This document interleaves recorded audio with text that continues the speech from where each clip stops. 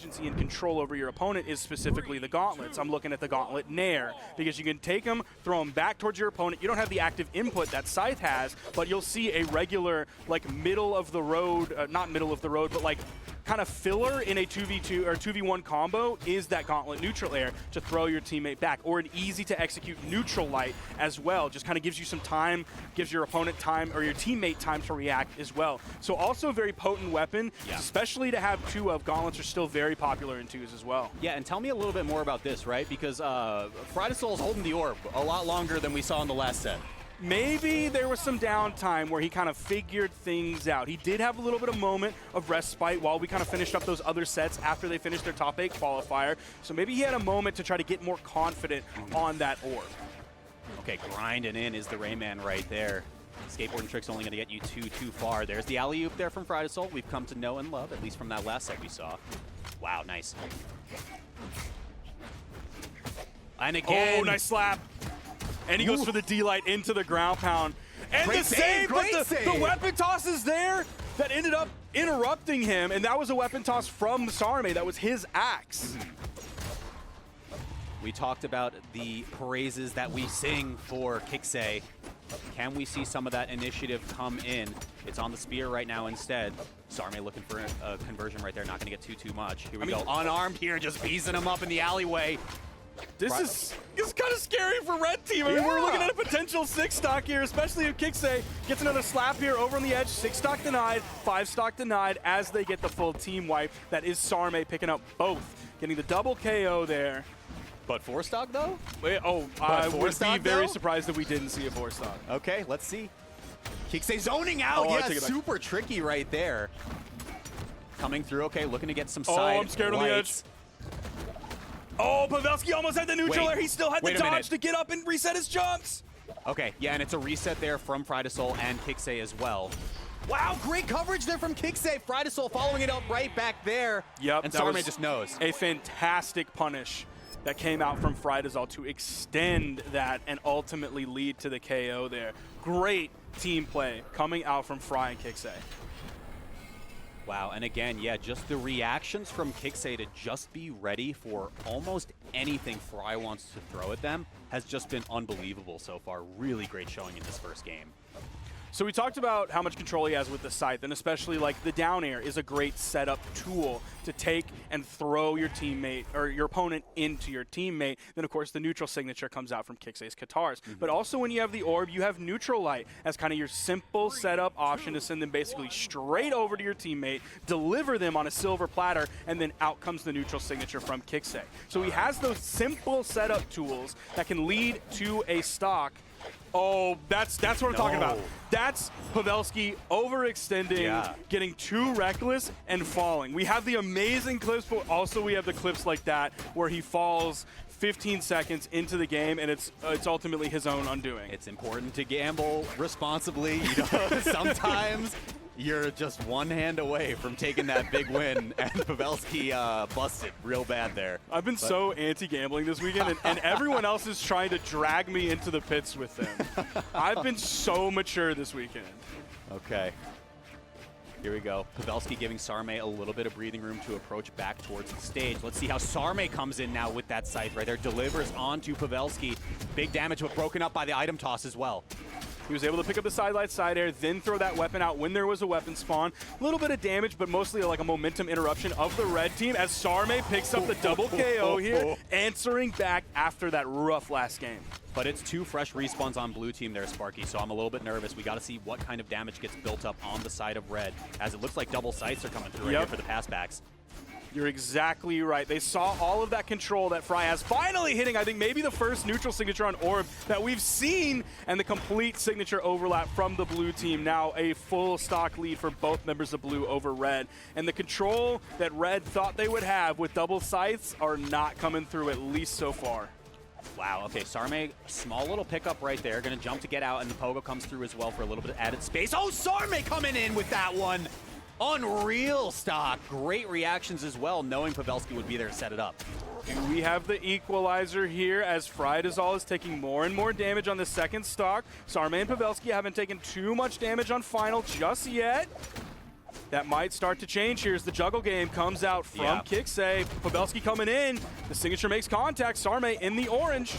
Okay, KiXe running back to try to protect FryDasOle for just a little bit longer. The stock will be dropped right there, but on a fresh one. Oh no, that is a crucial 2v1 for Red Team to pick up right there, and Pavelski knows it. Now, because Pavelski has gauntlets in his hands, that means they don't have to worry about DI no matter what Sarme has. Okay, Pogos, love it.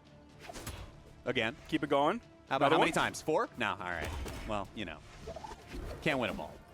He might end up losing this one. He might lose some of them, okay. FryDasOle fighting the way back with the orb as well. It's just going to be a quick recovery, not going to be off the top, but the next one's looking real close. FryDasOle, wait a second. Sparky, wait a second. He's trying to make it happen. Okay, okay. Surely this is it, right? It has to be. Now you saw him dodge over to the wall. I didn't actually see if he made contact with the wall. I believe he did, which of course ends your iframes. So that's why that ground pound came out. That's why he felt safe throwing out that ground pound, because that dodge was going to have to come out. He had to use that in-air movement economy. Touching that wall takes away those iframes, so he's going to hit no matter what. And Pavelski and Sarme, despite Pavelski throwing away his first stock completely into the trash, they end up coming out victorious.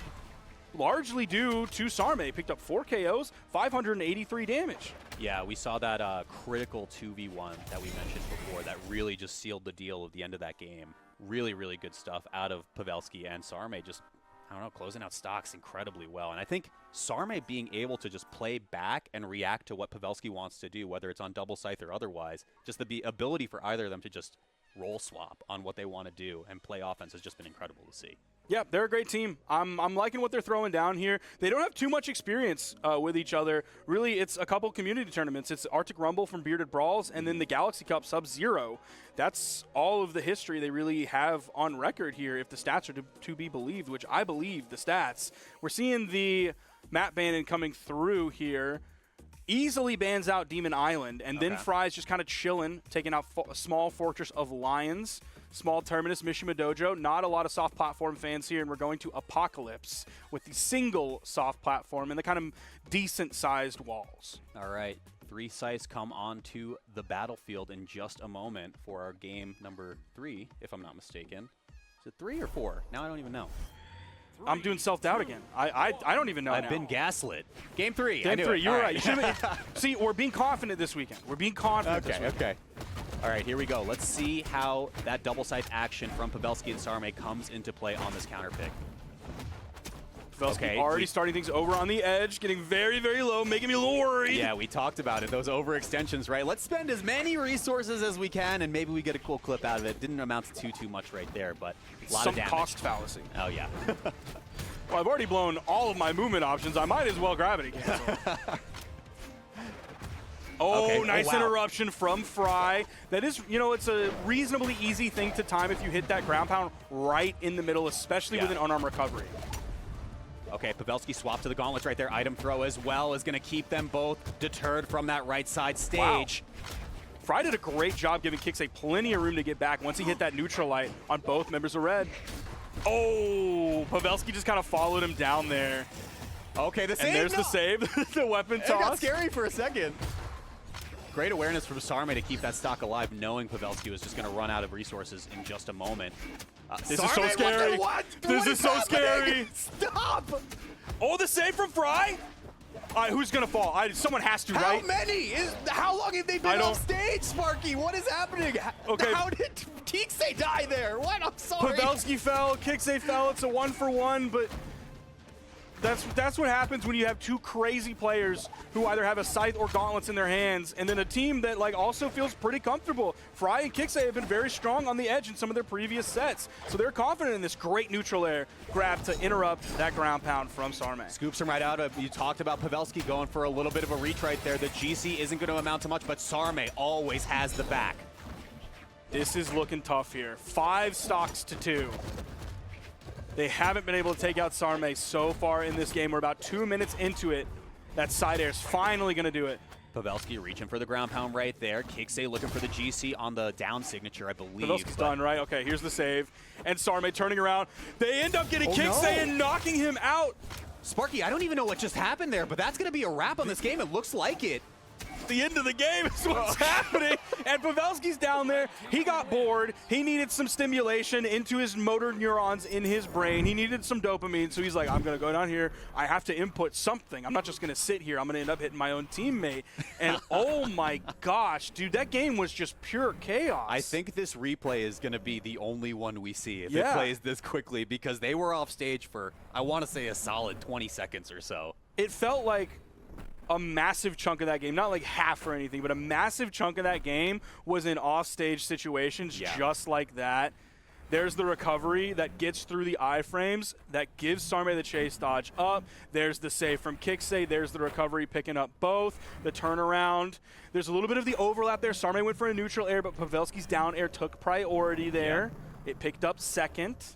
KiXe just throwing his weapon up. Actually makes contact with Pavelski, giving the setup for Fry, and then Sarme was going back in. Unbelievable sequence right there. I mean, that was just pure pandemonium, chaos, whatever other synonym for crazy things that had unfolded right there. And then this was the last stock that you had mentioned right here, where Pavelski just had to press a button. I just need to press a button. It's the only way I'll be happy in life. We're going to go into game 4 right now. Wow. Pavelski and Sarme have an amazing energy between the two of them, and so do FryDasOle and KiXe. Like, that took a lot of both teams being like, let's keep going. Yeah, come on, let's keep doing this. I got hit. A guy like me, I'm scared. I'm getting back to the main platform before I get into trouble. But FryDasOle, Sarme, Pavelski, KiXe are like, let's keep this going. We'll see what kind of offstage action we have right here. KiXe and FryDasOle need this one to stay alive in the winner's bracket. And again, as a reminder, winner of this faces Godly and Blaze, so huge implications right here, as well as third place guaranteed in the EU bracket. Sarme has 2 gold medals, Pavelski has 2 silvers and 4 bronzes. Fry has 1 silver, and KiXe has never been in a doubles top 3. Wow. So guaranteeing that with a victory here in this game, and then the next one to clutch out the bow 5, that'd be huge for KiXe. Okay, recovery accidentally hits Fry right there, but keeps him alive. Really dark red here means just a light breeze might do it in just a moment. Pavelski looking for all of it, though, not going to get it. Wow, yeah, and Sarme, once again, Pavelski gets to overextend on these positions, just knowing that Sarme will be there on the missed hit.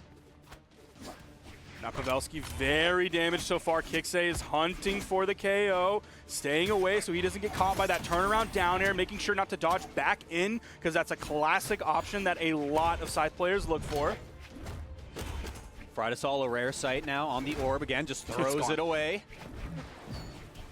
He'd rather be unarmed for like 5 seconds just so he can already be able to instantly pick up the weapon rather than having to cycle them out and end up getting hit in the process. 100%, 100%. Okay. A little bit of nooch coming through right here. Pavelski looking for the neutral air, I believe, as well. Pavelski finding the stock. FryDasOle answering right back. Whoa, okay, hang on. What's going on? He was charging that one up, making sure that Sarme, his teammate, didn't get caught in it.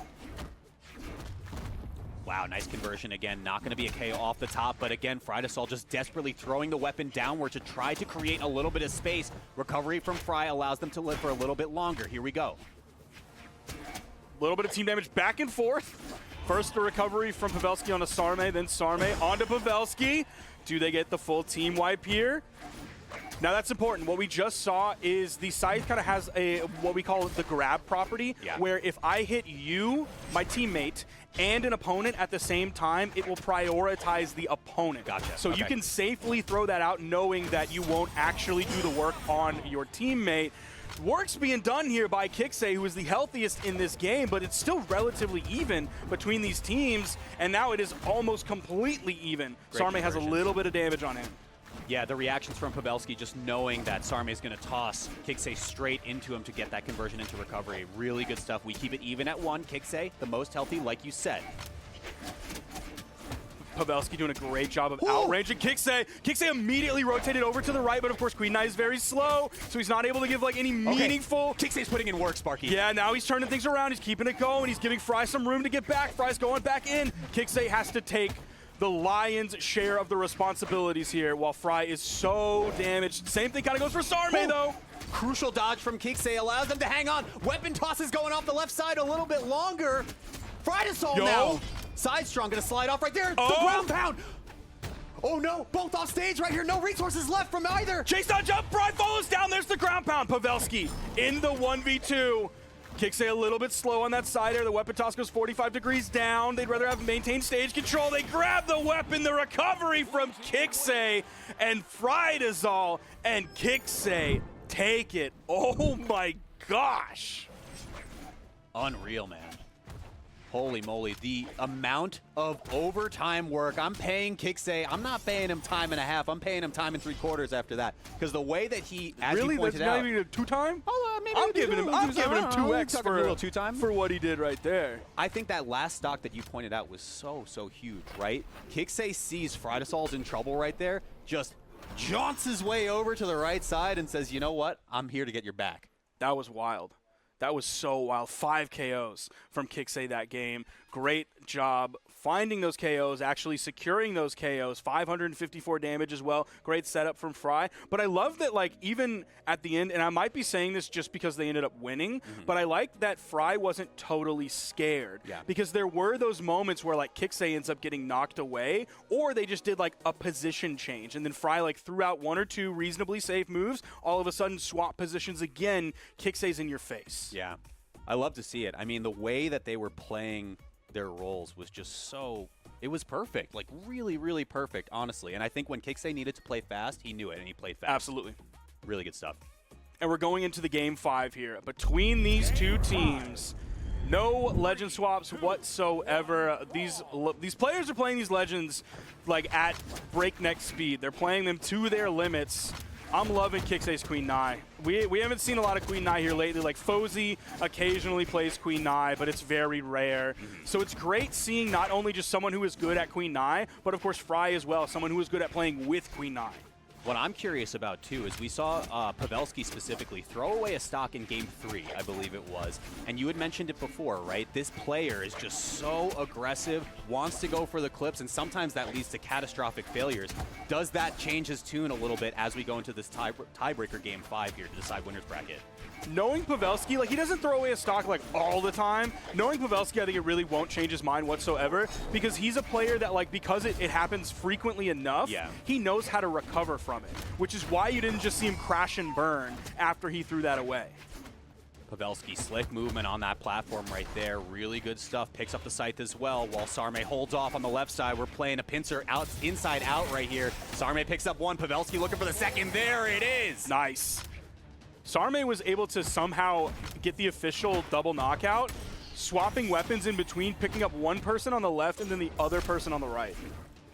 All right, Sarme going to get deposited off for the second stock. Pavelski still hanging on for a little bit longer, but as I say it, that side air isn't going to do a stock just yet. Okay, nice. There it is. Great coverage there from Fry. Made contact with it, also used it far enough back from the edge so he could safely throw it out and would have plenty of time to, like, recover, jump away, or use his dodge in case there was, like, a perfect timing coming out from the red team and it didn't actually make contact. Sparky, everyone's off stage. Sparky, I'm getting scared. You say, oh no, I'm saying, oh yes. I'm down. What I meant to say is, oh glory, I love it. Everyone playing off stage. We saw the red team just so down to go for it. Pavelski just wants to, or Fry just wants to play the game, but he's stuck in a cutscene, man. He's just getting scythed all over the place, and most of it was from Pavelski. But you have a follow-up like that. There's You're the 1-2. so quick at him. Okay, KiXe carefully spacing around, not going to find too much just yet. But now we slow the pace down. I love to see it. As I say it, Fry finds the stock on the right side. It's a slight lead for blue, Sparky. Pavelski's just trying to stay aerial, stay away from both members of the blue team while his teammate spawns back in. There we see the grab property coming through again, making contact and actually doing the real damage and the real force. Over to KiXe. Okay, KiXe want to stay alive right here. Okay, it's going to be a little bit of a desynced respawn from both players. Can they pick up a quick 2v1? No. You see Pavelski immediately putting pressure, moving over, setting up shop on that soft platform. But Fry did a great job keeping him away, did a little bit of unarmed damage. Now swapping over to the orb, hoping for a weapon spawn coming in shortly. It hasn't come in yet. He's only found like 1 hit, 2 hits on the orb so far. There's KiXe without a weapon. There. Can we get it? No. But KiXe needs the Katars. All right. KiXe getting mixed up right here. Fry does not have a lot of initiative to come in while he's on that orb. Oh, and Pavelski's probably going to get this one as well. Fry's still stuck on the orb. Oh no. Sparky, blue team on the right side right here. Pavelski looking for the ground pound right That there, was but is that huge! an SD? That was a down air from the orb as well, and now he's back over onto the site. The perfect serving tool to serve Sarme up to KiXe. Sarme unarmed right now. Weapon toss going to come through. It's off stage right here. Crazy recovery to thread the needle, but no weapons to be found. No stock either right here. Desperate recovery coming through. Got to be just one more. Fry looks for everything. I think this might be over soon, but wait. Oh no, that was so slow. Wait, Sparky. Oh, he touched it. Hang on. One opening decides it all right here in this critical game 5. The wall slip is going to come through. Sarme playing the edge so perfectly right here. Here comes the opening. Oh, he was looking for the sidelight reset, the side air, and that does it! Sarme takes it! Sarme and Pavelski win the best of 5 and guarantee themselves a top 3 over Fry and KiXe, despite blue team having the man advantage. Oh my gosh, and I felt like this was epic evil foreshadow.